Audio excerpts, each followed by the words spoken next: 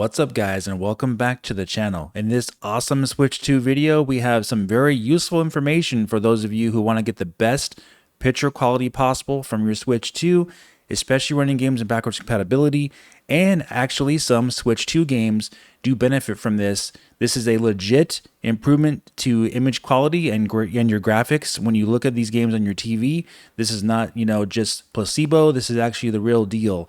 And I'll show you some clear examples we're going to go over here in this video. So if you do enjoy this content, please hit the like button and we will get started. So we're going to be using the mClassic cable or adapter for the Switch 2 and the 4K Gamer Pro. You can buy these. They're kind of expensive. They're about $100 each.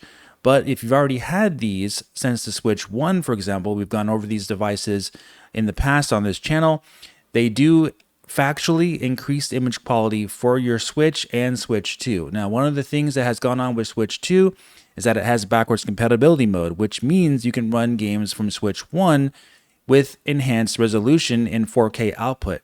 Now, the drawback of this, though, is that since it's running in 4K output, actually a lot of these Switch 1 games look a little bit more jaggy than they did on Switch 1 when you ran it on the system itself, because the system was outputting at 1080p on your TV screen.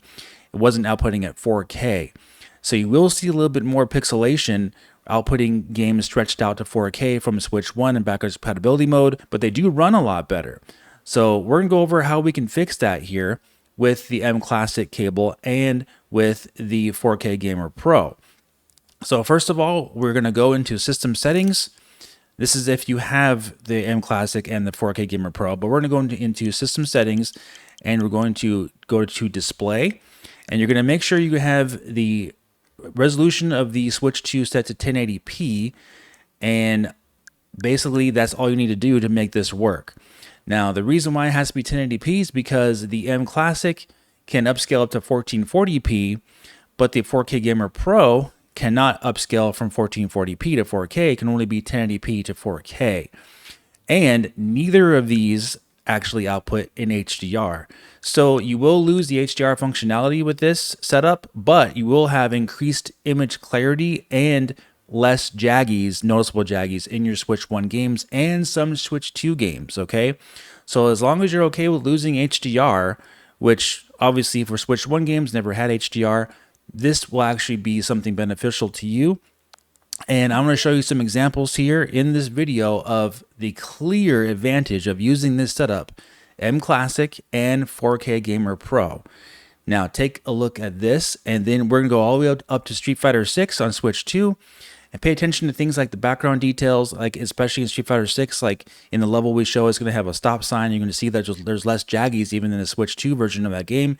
And then when we're all said and done here for showing all the examples of Switch 1 games especially, and then we're going to come back and we're going to take a close look at Fast Fusion, Mario Kart World, and Cyberpunk 2077. So stay tuned.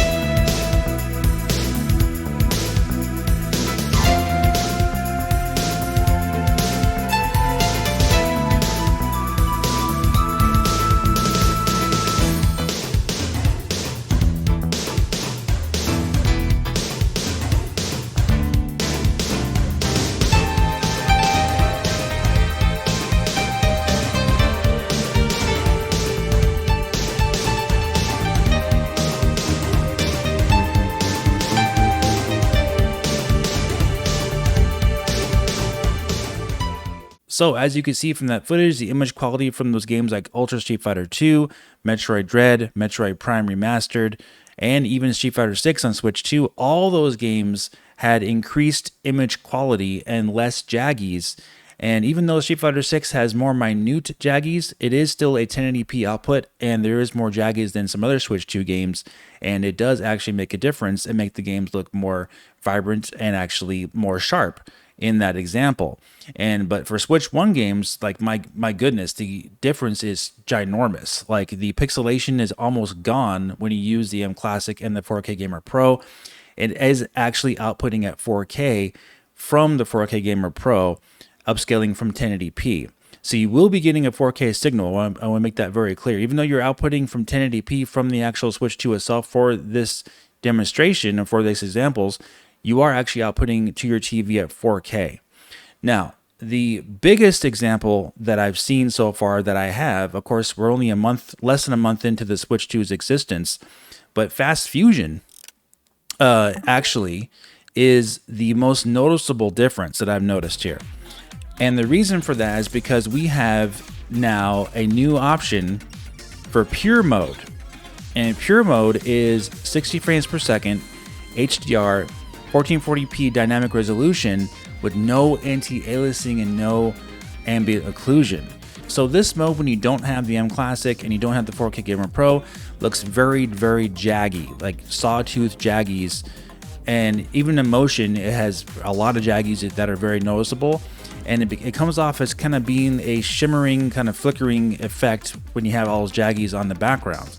And when you have this set to pure, since I actually do prefer this setting over DLSS, because the DLSS they use in Fast Fusion is very, very low quality, and it has the entire screen just covered in what looks like just a bunch of artifacts when you get going really fast in the game. So this is actually the best mode to use, and it doesn't use any DLSS. And I know we've been touting DLSS, but this is actually a bad usage of DLSS, this game in particular.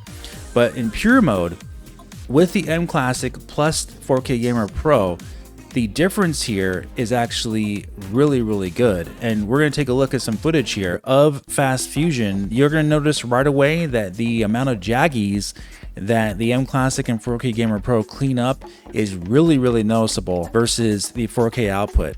Now, Shinnon said that the game outputs at 1440p with a dynamic res for Fast Fusion, but when I take a look at this game in motion, they're so jaggy. Like, I'm talking sawtooth edges here.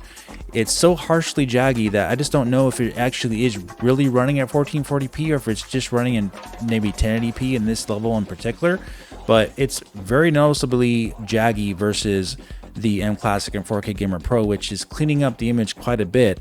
When you take a look at it here, it's not perfect, of course, but in comparison, when you actually see this in motion, you're going to see a lot less shimmering and pretty much like sparkling effects of having so many jaggies on the screen. The image just looks a lot cleaner with the mClassic and 4K Gamer Pro. But of course, let me know what you think in the comment section if you think this looks better or not. But you're just going to notice a lot better stability in all the objects in motion. And especially things like bridges and pillars, you're going to see a lot less jagged edges when you go by them. And of course, I am slowing it down here, but when you do play this game in full speed, you're going to notice right away versus the game in DLSS mode that it looks just way far too jaggy, at least in my opinion. It may look fine to you guys, but for me, I noticed the difference right away that the game just looked extremely jaggy with the mClassic and 4K Gamer Pro turned off when just running in 4K output, but with it turned on, like you're seeing in this footage here, it looked fantastic. It looked very clean, very smooth. And yeah, you're not going to get rid of all the jaggies there, of course, but the actual stability of the image looks just a lot better, and you're not getting so many sawtooth jagged edges on the screen.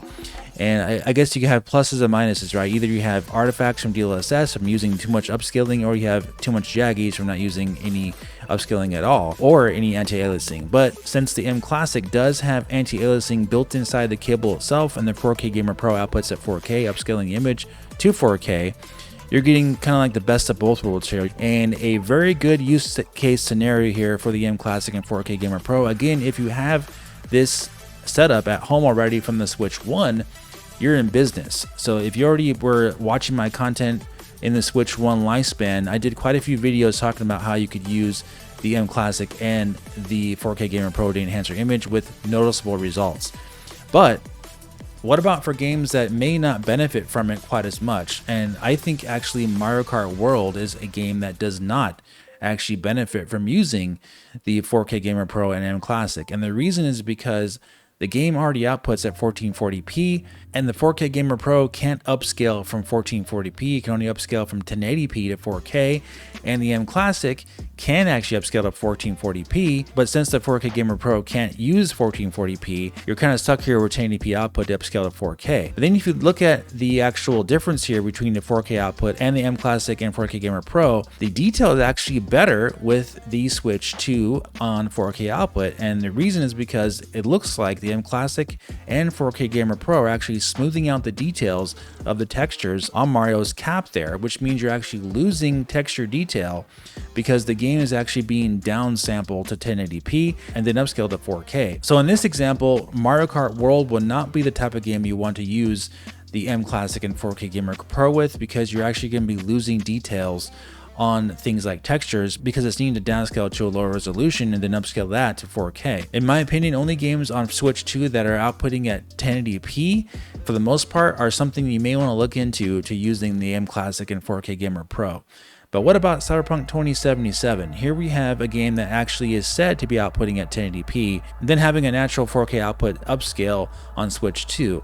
Now here's an interesting situation where since Cyberpunk 2077 uses a lot of DLSS already, and most likely CD Projekt Red is using DLSS's own sharpening filter to make it look even more sharp when output to 1080p on Switch 2, I think this actually looks better on the 4K output on Switch 2 than it does with the mClassic and 4K Gamer Pro.